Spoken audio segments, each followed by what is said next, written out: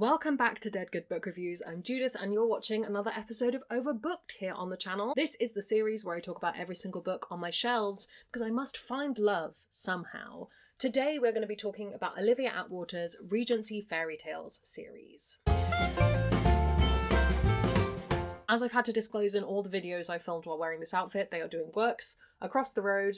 If you hear soaring, that's what that is. They're going to be at it all day. In terms of where books come from, I believe I had a review copy of book 3, Long Shadow, but these physical editions were kindly gifted to me by Evie, who I will link below because you should absolutely check Evie out. They're also very kind and lovely and sent me these as a gift. Regardless of where books come from, nobody's paying me to talk about books and all opinions are my own. These are romances, it's hard to spoil them, but I'm going to do my best to keep this as spoiler-free as humanly possible. If you do want to go in knowing absolutely nothing, pause the video, come back when you've read them, we'll talk then. And lastly, I will link the story graph for the series down below in case you want to check out any user-generated content warnings. These are fantasy books set in an alternate Regency period where there is also a connection to Faerie. We've seen that before. Jonathan Strange and Mr. Norrell, Sorcerer to the Crown, the Zen Cho series, that's there as well.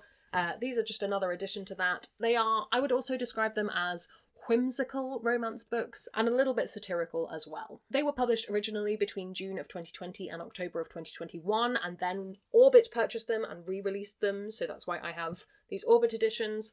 The books are Half a Soul, which is book 1, 10,000 Stitches, book 2, Long Shadow, book 3, and then there is a novella which you can get for free by signing up to Olivia Atwater's newsletter called The Latchkey, and also a short story called The Lord Sorcier, which is in Half a Soul, this edition, or I think you can also read it online. Olivia Atwater is an author. She is also one of those authors who has written about being an author and how to be one, and she's based in Canada. Just in case you want to check her out, I will try and remember to plonk her website there as well. She has a lot of books upcoming. One of them that I'm very excited to read is the Victorian Fairy Tales series, the first of which is called The Witch Would Not. I have a review copy of it. I'm really excited. It's continuing in the same universe, but obviously moving on in time. So, set in this alternate Regency world, we follow 3 separate romances, 3 different pairings, but all having the same idea of a little bit of a flavour of challenging injustice in them. They do flow from one to the other, as in you definitely need to read book 1, then book 2, and then book 3, in that kind of classic fantasy way where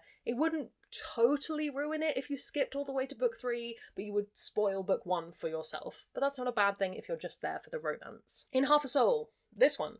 In Half a Soul, we have Dora, who has had half her soul taken by a fairy in childhood, and thus she is a little bit odd. She ends up helping out the grumpy Lord Sorcier as he tries to solve the problem of a sleeping sickness that is affecting children in the workhouses. Book 2, we have Effie, who is a maid, who would like to not be a maid anymore. She's very, very angry about everything that's very unfair in her life, and she enlists the help of a fairy who promises to make her a true lady so that he can be virtuous and that she can stop being a maid and marry a lord. Long Shadow follows Abigail Wilder and her quest to solve a murder. It is also the sapphic book of the selection. I personally really love a romance series that has those interconnecting moments. I think it makes it really enjoyable. Yes, it does limit the order that you can read them in the first time, but I don't mind that personally. I really enjoyed getting to read these as a trio this time around. I just had a great time. I like getting to meet characters in books and then meeting them again later and learning more about them. I like seeing characters through a different character's eyes. I like seeing characters' relationships through each other's eyes. I just think there's something really lovely and familiar about it. And overall, the way that Olivia Atwater does it makes it feel like you're still getting a very new book, but you are getting those familiar moments as well. The main selling point of these is they are very lovely, soft, nice romances that still have that bite to them, and they're still trying to explore an issue of the time period, which I thought was interesting. I think a lot of the time Regency romance, now I've not read oodles of Regency romance, but I'm imagining that the majority of it doesn't really explore the idea of a workhouse and Regency attitudes towards charity and almsgiving. Probably doesn't. I'm not saying that these books fully go into it, and yes, we do still have characters participating in being aristocracy in this time, but it feels like it's trying to put something in there without compromising this is still a romance book and it has to be tropey and follow all of these conventions of a romance novel in terms of happy endings and so such. It felt like a very hopeful story where I think just a historical book would feel very, very bleak. This just felt like it had righteous anger behind it, which I appreciate. But at the same time, the romances are very lovely. They have those tropey elements. If you like a grumpy to lovers kind of story, then definitely book 1 and 3 would count. Book 2 is more of a I don't even know what the trope would be, like a I didn't realise it romance, whatever that's called. I don't think it will come as a surprise that I enjoyed book 3 the most, and it's also the Sapphic book, but I was really pleased to get a Sapphic love story in this series. I wasn't expecting it when I went in, and it was just really lovely exploration of identity and love.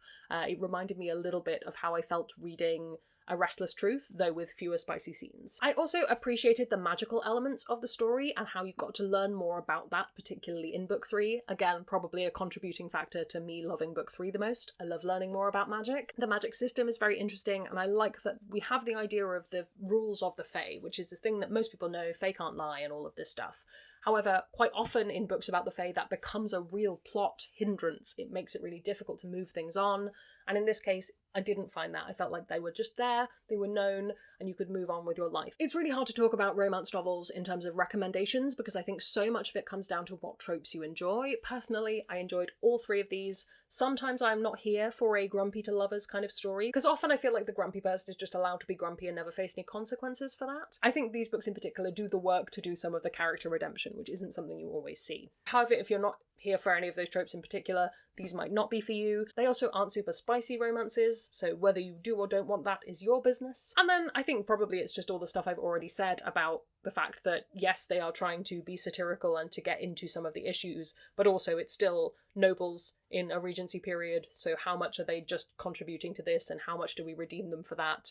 I think it's interesting that book 3 leaned much more on the supernatural elements and got away from that a little bit, still exposing injustice, but a little bit more specific to this alternate world. In terms of other things I recommend, I haven't read a huge amount of straight up Regency romance. It's not really been a thing that I've personally explored.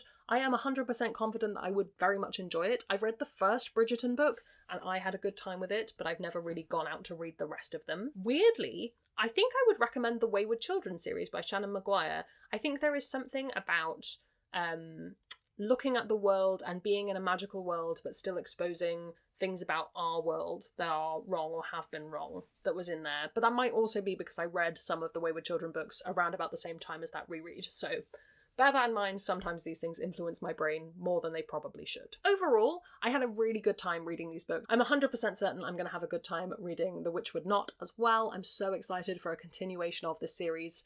I'll take whatever Olivia Atwater gives me at this point. I highly recommend them. I recommend them to everybody I know. I will lend them out to friends and family. I just think they're fantastic. Yes, you should read them. Have you already read them? Do you have thoughts and opinions? Let me know down in the comments below. While you're commenting, if you haven't already, please do subscribe. It makes me feel loved and appreciated. You can also come hang out on Discord where we have chill chats about books. I would like to say an enormous, whopping great thank you to all the ghosts who haunt me over on Patreon. They support the channel and in return get early access to videos, bonus content, live streams and more. If you'd like to join their number, that's linked below as well. Thank you so much to you for watching. That's all from me and I will see you in the next one. It's gonna be some bloopers now. Today we are going to be... This is the series...